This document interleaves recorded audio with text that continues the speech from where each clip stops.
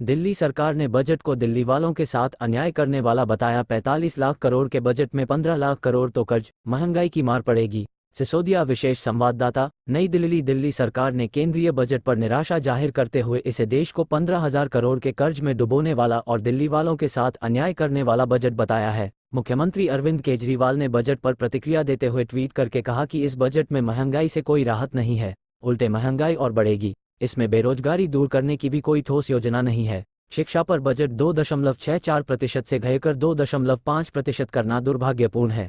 स्वास्थ्य पर बजट भी 2.2% से 1.98% करना हानिकारक है। दिल्ली वालों के साथ भी फिर से सौतेला बर्ताव किया गया है। दिल्ली के लोगों ने पिछले साल 1.75 लाख करोड़ से ज़्यादा इनकम टैक्स दिया, उसमें से मात्र 325 करोड़ रुपये दिल्ली के विकास के लिए दिए गए। ये दिल्ली वालों के साथ। वहीं उप मुख्यमंत्री और दिल्ली के वित्त मंत्री मनीष सिसोदिया ने कहा कि 45 लाख करोड़ के इस बजट में 15 लाख करोड़ का तो कर्जा है। इससे देश पर महंगाई की मार नए टैक्स रिजीम को चुन रखा है। 65 लोगों को छूट मिलने को गेम रहे चेंजर कह। जबकि सरकार सीएम अरविंद केजरीवाल ने कहा, दिल्ली वालों के साथ भी फिर से सौतेला बर्ताव किया गया है। ने सुपर रिच लोगों पर लगने वाला सरचार्ज 37% से घटाकर 25% कर दिया है। लोग इंतजार कर रहे थे कि महंगाई के जमाने में पेट्रोल डीजल पर कुछ राहत मिलेगी, जरूरी सामान पर लग रहे जीएसटी में छूट मिलेगी तो सामान सस्ता होगा, लेकिन ऐसी कोई घोषणा नहीं हुई। केंद्रीय बजट में दिल्ली की उपेक्षा पर भी नाराजगी जताते हुए मनीष सिसोदिया ने कहा कि अन्य सभी राज्यों को सेंट्रल पूल से 42% पैसा मिलता है,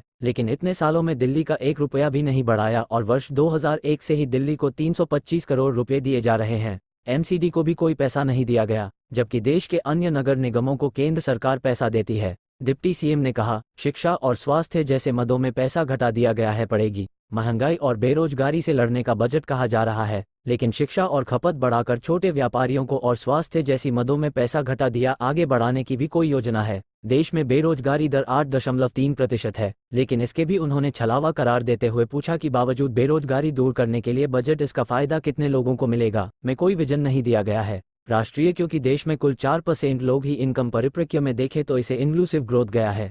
इनकम टैक्स में छूट के दावे को टैक्स देते हैं और उनमें से 10% लोगों ने